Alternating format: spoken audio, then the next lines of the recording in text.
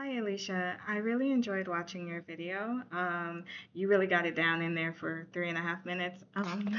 But I agreed with a lot of what you said. That narrative therapy, I think, would be more helpful for Olivia than solution focused. I also agree that, there are some components of SFBT that could kind of help get the ball rolling, but it wouldn't be like the one all catch all for her. It wouldn't just be, oh, great, 3 sessions and you're done. I think she needs more in depth guidance or not, well, guys, help, support with that, with all of the issues that she has.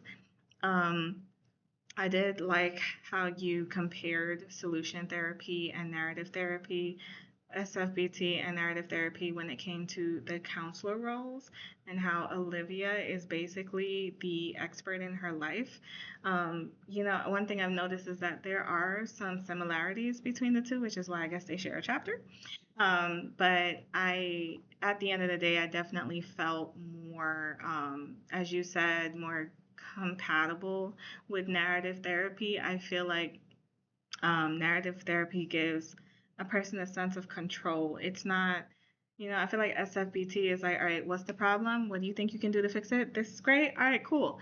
And I know that's very simplistic viewpoint when I put it that way, but I think with narrative therapy, it gives you more room to explore. It gives more more power to the client, and like you said, the counselor is curious. It's just like, how do you see your story going? What direction would you like to see your story go, and how do you get there?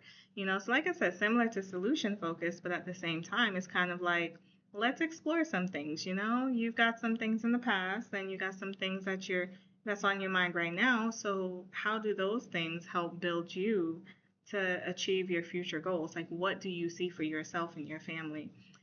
So I really enjoyed your post. Thank you for sharing. Oh, I don't think I cited anything. Well, I know a lot of what we've learned comes from 10, 2022 and Corey 2021. One thing I will say is that King and Ford did mention, if you want to know if a theory is compatible with a biblical worldview, see if that theory asks, what is the problem?